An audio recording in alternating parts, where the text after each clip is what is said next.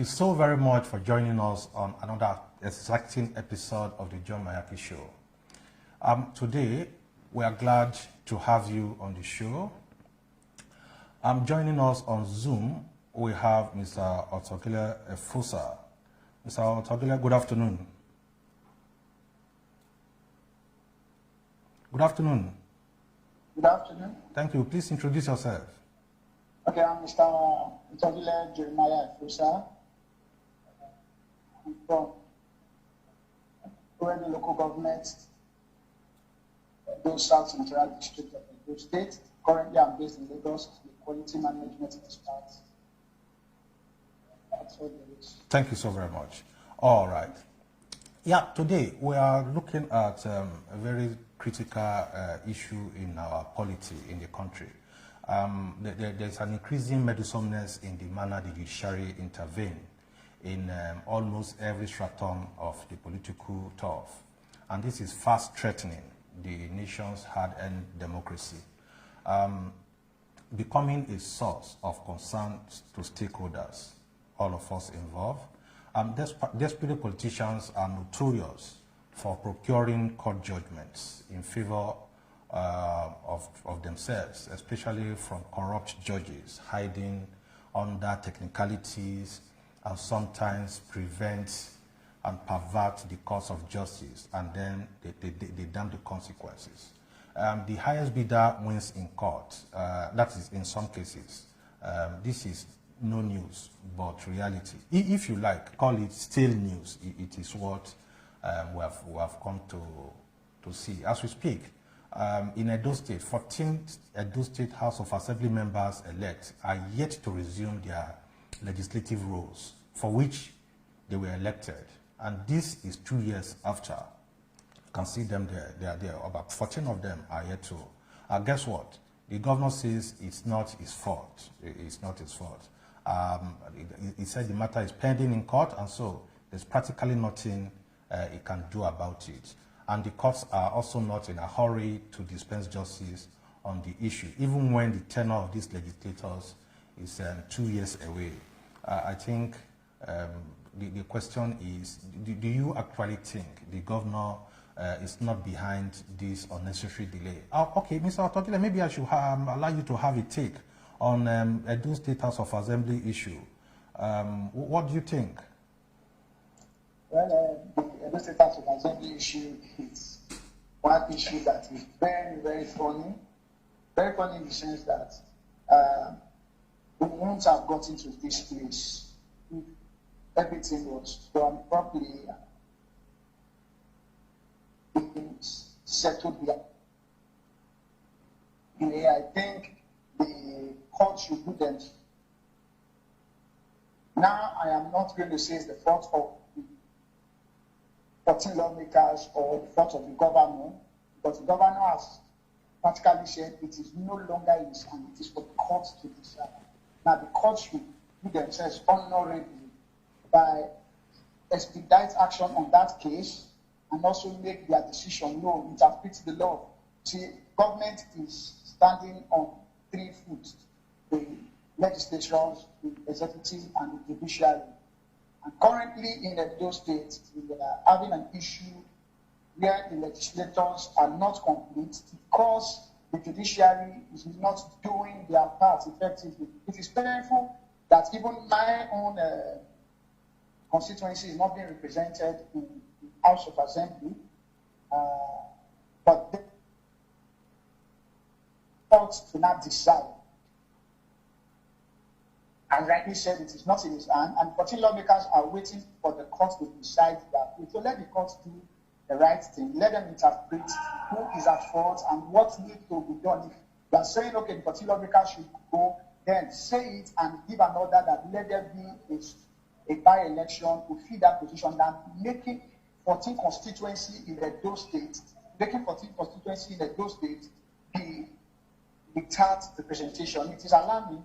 It's painful, and considering the local government as big as Oregon not having a representation in the affairs of the state, it is alarming. And you can indirectly say that Edo State currently today is not being run properly, not for the fault of the governor, whether of the fault of the 14 legislator, but because of the judiciary who are holding sway. They are crucifying our democracy that was fought for. That's my take on this. Thank you so very much. Okay, but some other guys have said if really the governor wants a full assembly, don't you think he has the capacity to call both sides to the round table and settle out of court, as in Mr. A and Mr. B, come over. I want to see you in government house. I'm the governor. I'm the leader of the state. Good. What case do you have in the court? Go and withdraw it. You over there, what case do you have in the court? Withdraw it. Whoever has any case in court, withdraw and come over here and get inaugurated and face the business of lawmaking. Some other persons have reasoned that way. Let's say leave that. Let's consider the case of... but let us see what happened in the House of Assembly when, before we leave this issue, when the government, that House of Assembly, we were told about a year ago, over a year ago now, that the place is needing reconstruction and renovation. And the tipper had to come and tip that granite over there so that they can walk. The roof was pulled down and some other things. Boys were, what did you do? Are these the workers who wanted to renovate the place, or the way they went about that last year looks suspicious, as if, okay, as if it's an evasion of the hallowed chamber. Yes. Have they renovated the House of Assembly as we speak? I understand the 10 members of the Assembly are sitting currently in Government House. So does it take up to 6 months, 1 year and above to renovate that office? We also understand that place has been renovated before this incident happened, and that is just a ploy to get those guys out of that place so that they can work in a more convenient environment near the governor. I think the governor needs to look at that properly so that his tenure doesn't look like, oh, he doesn't want democracy to flourish at that level of the legislature. He can call these guys and settle them out of court. I think that is the middle course. That is the most decent thing to do, and then get yourself out of the court and let sleeping dog lie. Let's leave that case and let us let's consider the case of former Governor Adams Oshiomhole, who was sacked as the chairman of the National Working Committee of the APC, despite his piloting of the party to victory in 2019 general election. The court played a damaging role for which the PDP is also replaying the dastard script against the national chairman of their party. In the Adams Oshiomhole case, you had a court giving a judgment here, another court gave a judgment here, and the third court gave a judgment, and all of those, and the party became what it was. And so the PDP is also playing that script to get Prince Uche Secondus out of the national chairmanship of the PDP from Port Harcourt to Kebbi. A court in Port Harcourt gave a judgment or a ruling. The Kebbi alternate court, equal jurisdiction, of course, gave this, in the same case, gave a ruling, and then there's another one in Calabar also giving a ruling. In fact, this is quite terrible. The lines are free for you to call us and bear your mind on the issues. Today, we're discussing the role of the judiciary in our democracy and see how the judiciary can retrace their steps and make sure our democracy does not derail, as well as events leading to Anambra governorship election. We have issues here in court where APGA, they are all in court over who is the candidate, who is the party chairman, and all of those. Nigerians are quite worried that the trend signposts possible dangers ahead, even as they rebuke members of the judiciary for making themselves readily available for the dirty biddings of politicians. Prince Uche Secondus has been thrown under the bus, no doubt, courtesy of the PDP dangerous political maneuverings and conflicting rulings from the courtrooms.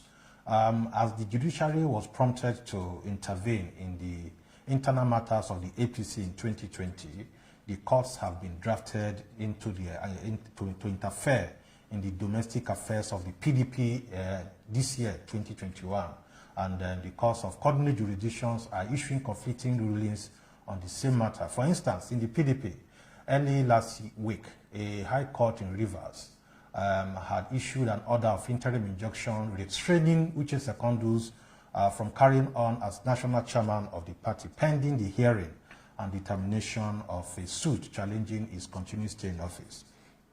Okay, Justice Bassam of Legama Division of the High Court of Rivers State, sitting in Port Harcourt, had issued the order while ruling in an ex parte application. It was an ex parte application by some chieftains of the PDP, 4 of them in Rivers State.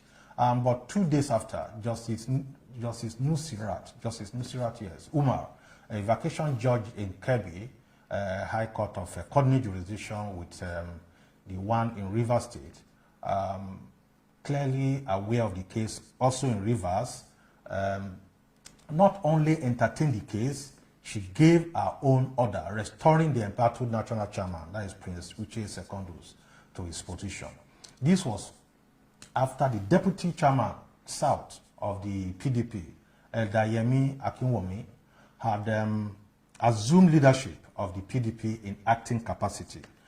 In a suit brought before the Bini Kebbi court, Justice Umar said she was satisfied after reading the affidavit of the respondents that an interim order should be granted on the purported suspension of Secondus pending determination of the case.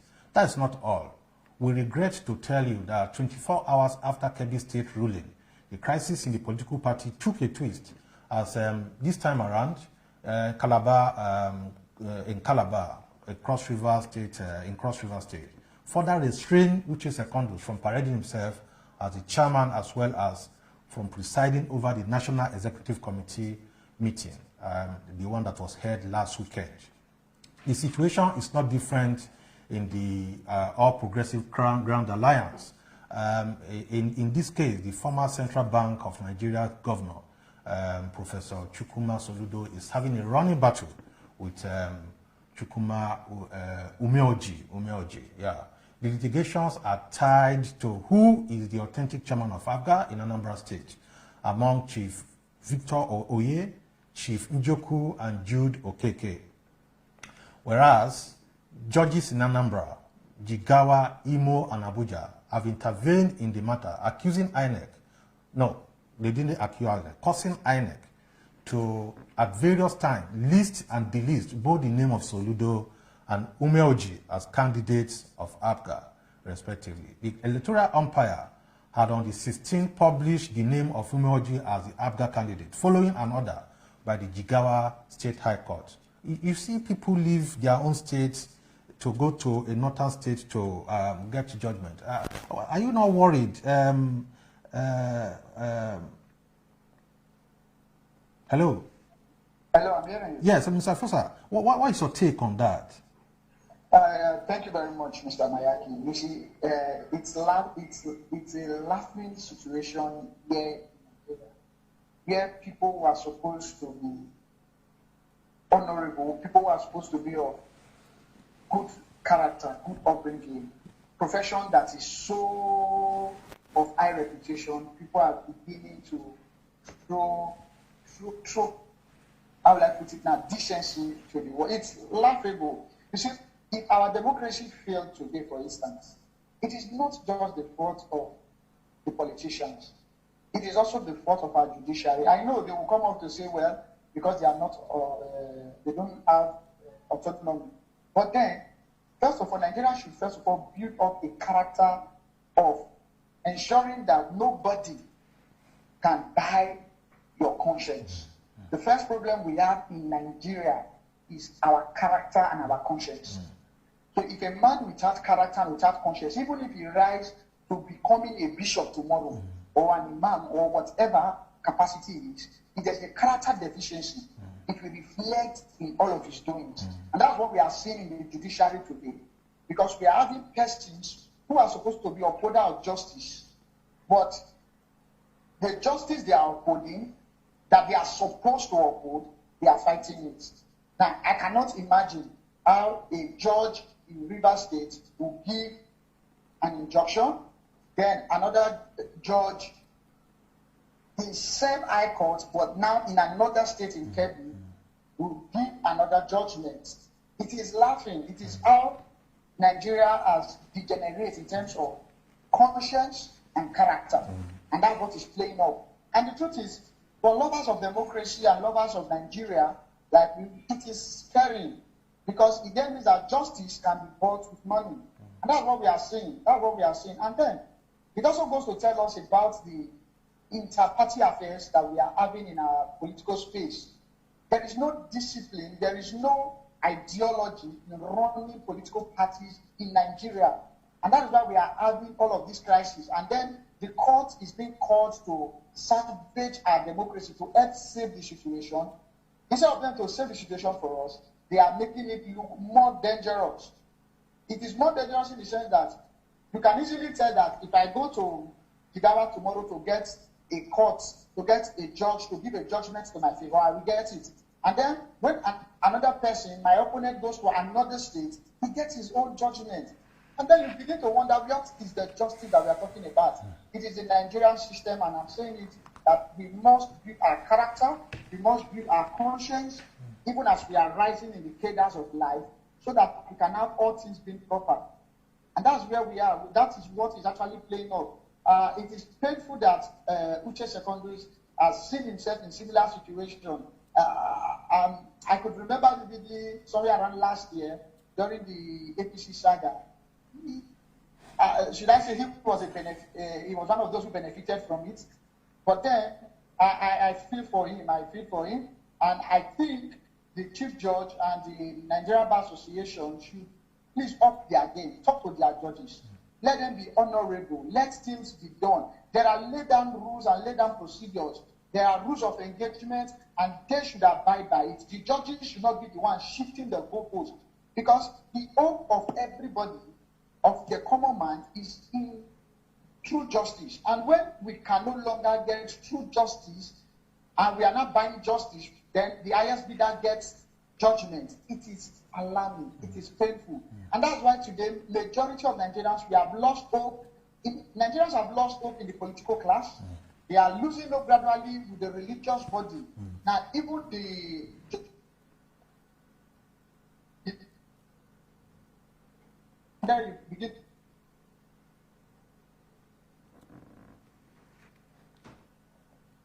Okay. Thank you so very much. I think you have a terrible network over there now. I'll get back to you, Mr. Efusa. On July 18th, Justice Charles Oka of Anambra State High Court directed INEC to publish Soludo's name as APGA's candidate. Meanwhile, Justice Iheka of Imo State High Court again ordered INEC to publish Umeoji's name. The PDP in Anambra State is in a terrible position, as the Independent National Electoral Commission INEC presently does not recognize either the Valentine Ozigbo or Senator Senator Ugo Chukwu faction because of a plethora of court injunctions. This is not too good for our democracy. It is therefore a shame for judges who continue to indulge politicians who go around the country shopping for judgments to enable them be on the ballot. The lines are free. Feel free, call us and share your thoughts with us on this issue. The judges who indulge in all of this, or who indulge politicians in all of this, are bringing the legal profession to public ridicule, if you ask me. Any right-thinking person will know that something was sorely wrong with a system that tolerates such abuse and mockery of such a critical arm of the state. But judges and many senior lawyers appear to care less about the consequential implications of their behavior. And These have brought disrepute, if you ask me, disrepute, serious one, and dishonor to the judiciary. Mr. Fosa, you are there. Kindly share your thoughts with us again on this issue. Okay, like I was saying, our judges are not helping in building democracy, in building our political space. Because going by these conflicting judgments that our politicians are getting from same court of same jurisdiction, it is quite alarming. Like I was saying, our judiciary should sit up and understand that they are on a rescue mission. Now, you are supposed to be giving a CPRO to a dying patient, and instead you are choking the patient. What you are succeeded in doing is that you are the one that is killing that patient. And that is what our judiciary is doing today. Politicians now feel that because of the bag of money that they have, they can go to any court where they feel that they can get favor, and then they buy judgment. It is alarming. Justice are not meant to be shopped for. Justice has been outlined in the Constitution, and it should be followed squarely. It should be followed squarely. Now, if you ask people, nobody can tell who is on the wrong or who is on the right. Because when you go to River State, for instance, you find out that the judgments there favor the particular sect in PDP. And when you go to Kebbi State, you find out that the judgments there favors Secondus. And then we begin to ask, what are we doing as politicians? What are we doing as judges? Let us help the nation. Let us help the nation. It's a collective responsibility. Now, the case of Anambra is becoming, it's also another issue that begs for redemption. I could not imagine how our electoral umpires have been, the judges are using them to play. Today publish this, tomorrow publish this. It is not fair. It is not fair. And I am saying, and I'm begging the Chief Justice of Nigeria and every body responsible for that, our Judges Council and all that, they should come up and talk to these judges. Let erring judges, let them be made to face the law. There should be a law to these judges who are indulged in such acts against the states. They should understand that they are the upholder of justice, and justice must be served with equity. Thank you. Okay, wonderful. Thank you so very much. Many Nigerians are worried that the court might become a marketplace for politicians to buy injunctions and ex parte orders. And at the rate things are going, it may be difficult to draw the lines that the judges will not cross, just to do the biddings of the politicians and the highest bidder. The ease with which judges allow themselves to be manipulated in pursuit of narrow self-interest is baffling to many. Now, you see the judiciary as a major threat to the nation's democracy. Imagine a state house of assembly, another arm of government. You know, you have the executive, you have the judiciary, you have the legislature. Now, the legislature is not properly constituted, and the case is in the judiciary. I thought this case shouldn't be more than 1 week. Highest maximum 2 weeks. Now, we're counting 3 months, we're counting 6 months, we're counting 1 year and 2 years. I mean, we can't continue. If this country will survive, the judiciary has a very serious critical role to play. And so some of the actions of the judges defy logic and reasoning, causing the layman on the street to ask questions and raise suspicion of underhand dealings. This is quite unfortunate. The situation is now embarrassing, and it is now to say, so easy for any group to move into any court to get judgment, like my brother Ifosa has said. All they need to do, the lines are free, call us and share your thought with us. All they need to do is just to get a pliant judge, who is corrupt. It's not written on their faces. They shop around the courts, and they move from one state to the other, in south, in south. Depending on the case, when they see that, okay, where I am interested in a president in the presidential position or the vice presidential position, in the case of Wike of River State, Secondus' position has to go to the north. But if you allow Uche to continue there, or Secondus to continue there, he may get a second opportunity as the chairman of PDP.